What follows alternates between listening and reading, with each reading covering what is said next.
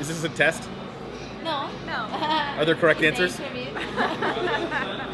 first we're gonna start with our presentation. Okay. Your name and what are you doing here? My name is Dr. Kristen England. I am the head brewer and brewmaster at Bent Brewstillery in Roseville, Minnesota.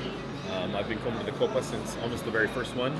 I've been to Chile 8 times now, helping with giving exams and teaching brewers and beer judges. So we're here for this year, the 2018 Copa. I started in the world of beer like most people do, being accidentally drunk on some good stuff that you didn't know what it was.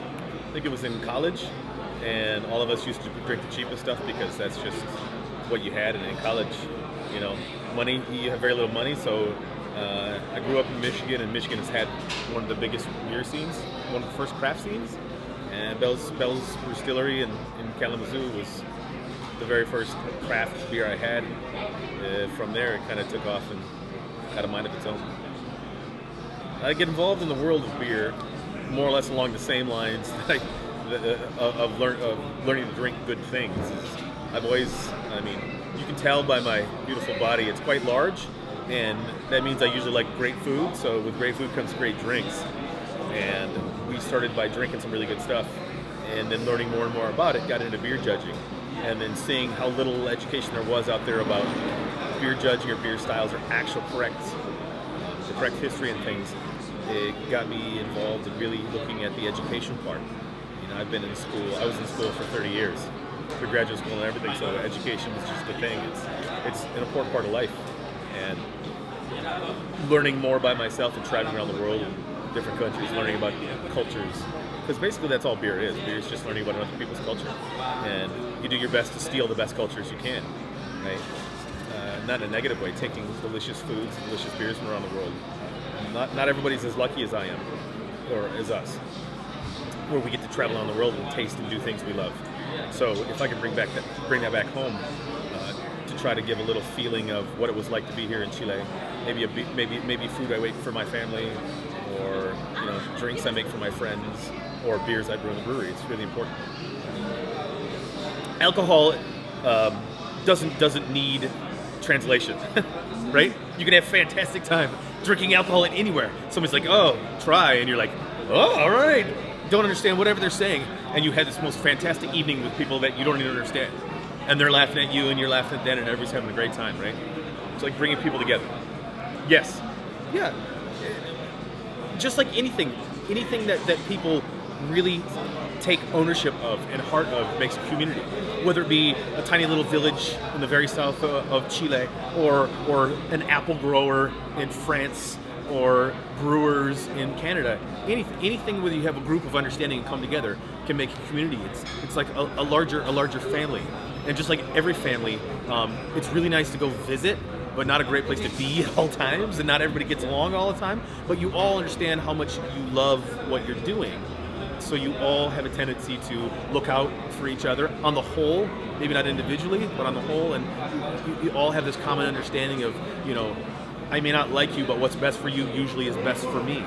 And that community comes all together, and you start making things like in the United States, where the small brewers have been getting bigger and bigger and bigger over the last 15 years, and now have a really good sized portion. And they show how much they love the product and how much care goes into it, how important it is to them, which feeds off into the normal people, just the regular people that come home and have a beer, and they feel part of that brewery. And when they travel, they're like, you should try this. That community is tight and small, relatively, but when they leave, they all kind of go off and talk to their friends. It's like, get really excited that you should try this, you should have this. Oh, have you had this from this country? I brought this all the way from Chile. You should really try this. It's fantastic. Community is just an extrapolation, just widening the concept of the feeling of just beer in and of itself, or wine or booze. Beer is my vehicle, my where I work. But you could change the word whiskey, you could change the word wine. And it brings together, it's social lubrication. It allows you to sit down and kind of just relax a little bit, and then kind of open up and kind of enjoy sharing stories and creating stories. You go out and you say, I go somewhere in the south and I look for a great, fantastic winery, and you get there and it says it's open, and because it's Chile, it's not open. It's just not open. You're like, oh, Then you look across the road and there's a small restaurant, and you walk inside the small restaurant and you're upset that I didn't get to go to the winery, but they have 20 different wines and the whole family comes out and everybody sits down and eats and you make all these new friends. So no matter how good that winery would have been, it never would have been the lunch you had with these wonderful people. It's just completely different. I mean, that's the most important part to me, just kind of bringing people together.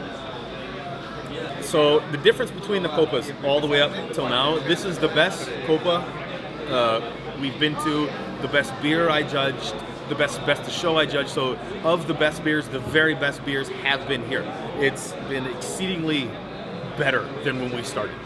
When we started, we've done so much to try to help and educate and engage and get people, understanding what good is and not being upset when somebody says your beer isn't good. We'll help you fix it. And you've seen that it started slow and started to really come up now, where you have people that before 5 years ago were just getting into beer and just understanding beer and how delicious it was, and then starting their own breweries and starting to understand exactly how to do things correctly. And then from the expo part, that's grown exponentially too, because you have the people having breweries, and then you have the people really loving beer and trying to learn about everything. And then because of all that, that's grown tremendously. And now the expo has grown because you have these new consumers, and they can be offered the best things. The issue with brewing before at any location, if you don't have the best things to brew with, you can't make the best beer, the best wine, no matter what. It has nothing to do with how good you are if you don't have the best raw ingredients. Now it's open enough and large enough, so now a lot of people are very interested in the best raw ingredients. Now you can make really world-class things. And I can say it was the best of show this year that I judged. We had at least eight beers left on the table that were all absolutely fantastic. 10 beers, fantastic, out of 13 or 14. Whereas before, it's like we'd have 2 or 3 out of 16. So the beers in general, not just in Chile, but in all South America, has grown hugely. I'm so proud and happy because, I mean, it's good for me because I get to drink much better beer, but it's good for everyone down here because they get to drink much more better product. And if they drink better product, then they'll tell their friends, and their friends will go tell you better product, and then we'll get an even larger space and more people to drink. When I brew a good beer, it's all of my beers are my children, and I love my children equally well. It's just sometimes I like some more than others some days. Sometimes the child's bad and I don't want to hang out with them.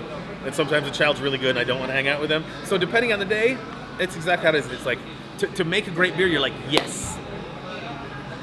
The best part is when you can make that great beer over and over and over and over again. Making a great beer once is very easy. Any beer, making it once is very easy. Making that same beer great every time, that's what craft beer is. Not doing it once, not having these one-off things that's great every once in a while. That same beer over and over and over. Quality, consistency is the most important part. Absolutely. No, I hate the word passion. I've always hated the word passion. I think it's overused. I think it's a tagline. Anybody talks about passion, it's drive and determination that gets things done, because you talk to any brewer, they'll say, how passionate are you? Aren't you so full of passion? Right? Because you know what gets passion? The most important things about passion that I see are, dedication and love get you through life. Passion gets you in trouble. I don't think there's been a single time when anybody's cheated on their wife because, they were consistently in love with them. They were just really passionate for a minute. Passion peaks, right? I'm really passionate. I'm so excited, right? So where passion peaks, you can be really excited about something at start, but if you don't have the drive, if you don't have the self-determination to push through, to continue to love it enough, so you get up in the morning at 3 a.m. because something broke. I don't run down to the brewery because I'm so full of passion. I run down to the brewery because I have pride in myself, I have love in my job, and I need to do this. I get really excited when people love what we do, but the passion is all about people wanting to use a marketing line about this brewery. You can have massive excitement in it. My passion is my family. My passion is traveling. My passion is sharing things with other people. I mean, because that never wanes. That's always like, excuse me, that never wanes. That's always, never fails. My love is beer. Absolutely. Okay, thank you. That's You're it? ready. We're done?